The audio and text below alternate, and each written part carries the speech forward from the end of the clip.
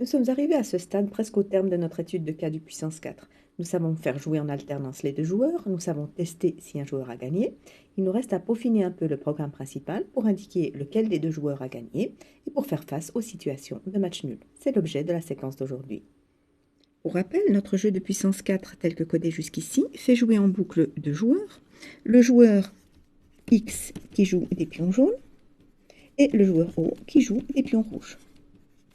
Les deux joueurs jouent en alternance, c'est-à-dire qu'à la fin de chaque itération de la boucle, on garantit que la couleur du joueur alterne entre le jaune et le rouge, et les deux joueurs continuent de jouer jusqu'à ce que l'un des deux ait gagné.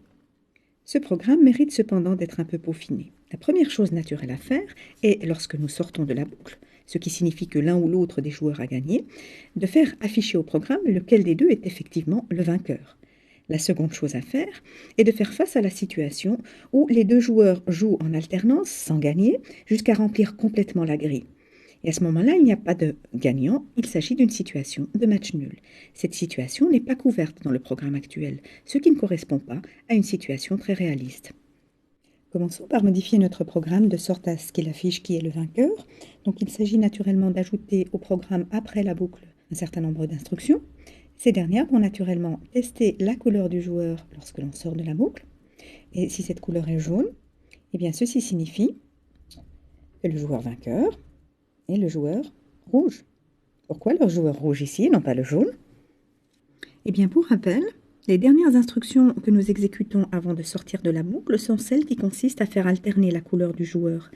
Si cette couleur a été alternée de sorte à ce que la couleur en sortant de la boucle soit la couleur jaune, ce qui correspondrait à cette situation, cela signifie que le joueur qui a effectivement gagné la partie est celui de la couleur alternative.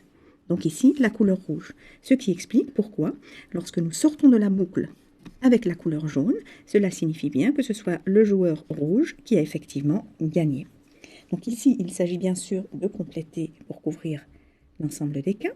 Et donc dans l'autre cas, eh bien, il faudra simplement faire afficher le fait que le joueur gagnant est cette fois bien le joueur jaune, qui correspond au joueur X dans notre codification. Voilà, et nous avons ainsi couvert l'ensemble des cas.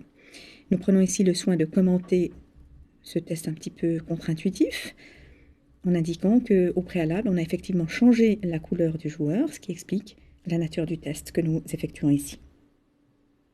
Comme indiqué au début de cette séquence, il peut aussi se présenter des situations où les deux joueurs vont jouer en alternance et vont remplir totalement la grille sans pour autant que l'un des deux ne remporte la partie. Il va falloir donc compléter notre code de sorte à pouvoir également considérer cette situation, c'est-à-dire qu'il va falloir sortir de la boucle si l'un des deux a gagné, ce qui est couvert par le test actuel, mais également sortir de la boucle si la grille est complètement pleine, ce qui n'est pas couvert et qui correspond à une situation de match nul. Que peut-il se produire dans le cas où nous ne considérons pas le cas de la grille pleine? Eh bien, ce qui risque de se produire, c'est qu'une fois que la grille est complètement remplie, nous allons demander à un joueur de jouer un coup valide sur la grille, ce qui sera impossible, et donc nous allons boucler indéfiniment sans qu'il ne puisse jamais y avoir de joueur gagnant.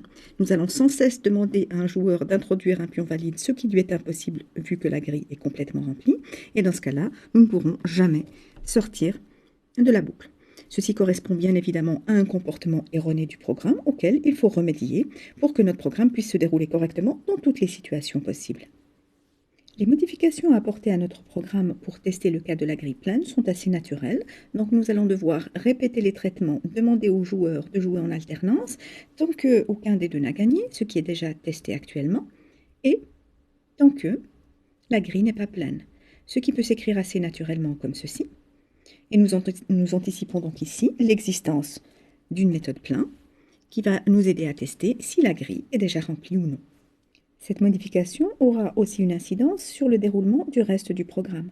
En effet, désormais, nous ne serons plus dans la situation unique possible où il y a fatalement un gagnant, mais il y a également la situation où nous sortons de la boucle sans qu'il y ait de gagnant, ce qu'il faut aussi signaler de façon appropriée.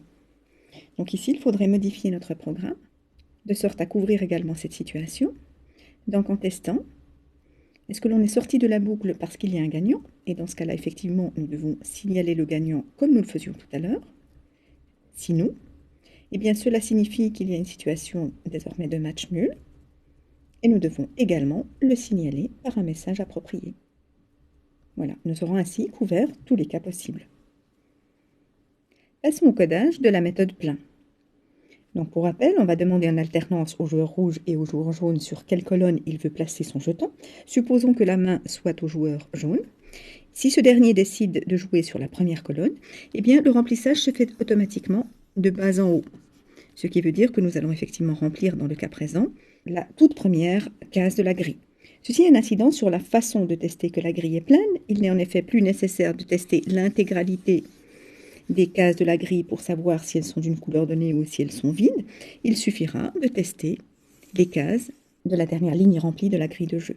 En effet, dans cette situation, si l'intégralité des cases de cette grille ont déjà une couleur, cela signifie que l'on a déjà effectué tout le remplissage en partant depuis le bas, et cela signifie effectivement que la grille est déjà pleine. Intéressons-nous maintenant au codage effectif de la méthode plein.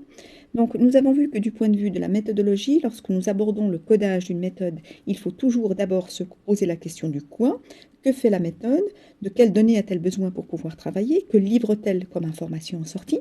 Ce sont des éléments que nous avons abordés ici de façon très rapide parce qu'il s'agit là d'une fonction très simple, au travers de notre façon de l'anticiper, d'anticiper son utilisation dans le programme principal. Donc nous avons anticipé que nous allions invoquer cette méthode plein sur une grille et qu'en sortie évidemment, elle allait nous sortir un résultat qui vraisemblablement allait être un booléen, c'est-à-dire une valeur booléenne nous indiquant si la grille est effectivement pleine ou pas. Donc ceci correspond assez naturellement à cette en-tête-ci pour notre méthode plein. Le quoi étant clairement établi, nous pouvons nous intéresser au comment effectivement programmer le corps de cette méthode plein. C'est un algorithme que nous avons esquissé dans notre petite discussion de tout à l'heure, à savoir que si l'on trouve sur la première ligne, c'est-à-dire la dernière dans le sens du remplissage, une case vide, cela signifie tout simplement que la grille n'est pas pleine. Et donc c'est ce traitement que nous allons mettre en œuvre. Ceci peut naturellement se mettre en œuvre au travers d'une boucle for, une itération sur ensemble de valeurs. Nous allons itérer sur l'ensemble des cellules de la première ligne, ce qui s'écrit grille de 0, et tester. Si la cellule en question est vide, cela signifie que la grille n'est pas pleine, et donc nous devons sortir de notre méthode plein en indiquant que la grille n'est pas pleine, en retournant false. Si nous avons parcouru l'intégralité des cellules de la première ligne sans jamais trouver de cellules vides, alors nous sortons de la boucle, et à ce moment-là, nous pouvons signifier que la grille est pleine, et nous devons donc faire retourner à notre méthode plein le résultat true. À noter que parmi les erreurs fréquentes chez les débutants dans ce genre de situation est d'écrire l'algorithme, de le transcrire de façon erronée. En testant, si la cellule est vide, alors retourner false, ce qui correspond à quelque chose de correct, mais de tout de suite après, retourner un true, ce qui évidemment ne correspond pas à l'algorithme que nous voulons mettre en œuvre. Pourquoi? Parce qu'il faut bien sûr avoir testé l'intégralité des cases de la première ligne de la grille avant de pouvoir statuer sur le fait que la grille est effectivement pleine. Et ceci ne peut pas être connu à l'intérieur du corps de la boucle, mais on doit d'abord sortir de la boucle avant de pouvoir retourner true. Donc faites juste attention à ce genre de petits détails que l'on retrouve assez souvent dans les copies de débutants.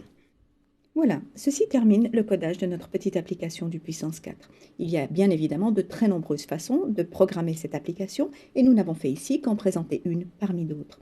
Le but de cette petite étude de cas était essentiellement de vous montrer comment l'on aborde la programmation d'une telle application lorsqu'on le fait pour la première fois. Plusieurs idées clés à retenir. La première, toujours procéder de bas en haut. Commencer par identifier les types essentiels, les types de données essentielles, les fonctions fondamentales, avant d'affiner. Chacune des fonctionnalités et méthodes fondamentales peut à son tour être modularisée, c'est-à-dire faire appel à d'autres méthodes plus de détails qui vont l'aider à réaliser les traitements souhaités.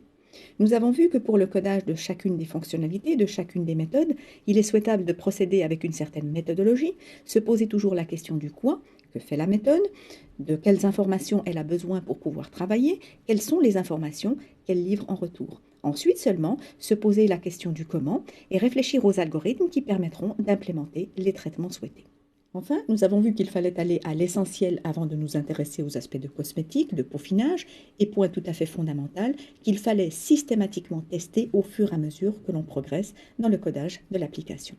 Voilà, c'était un certain nombre de messages que nous souhaitions faire passer au travers de cette étude de cas et qui, nous l'espérons, vous seront utiles lorsque vous aborderez par vous-même la programmation d'une telle application.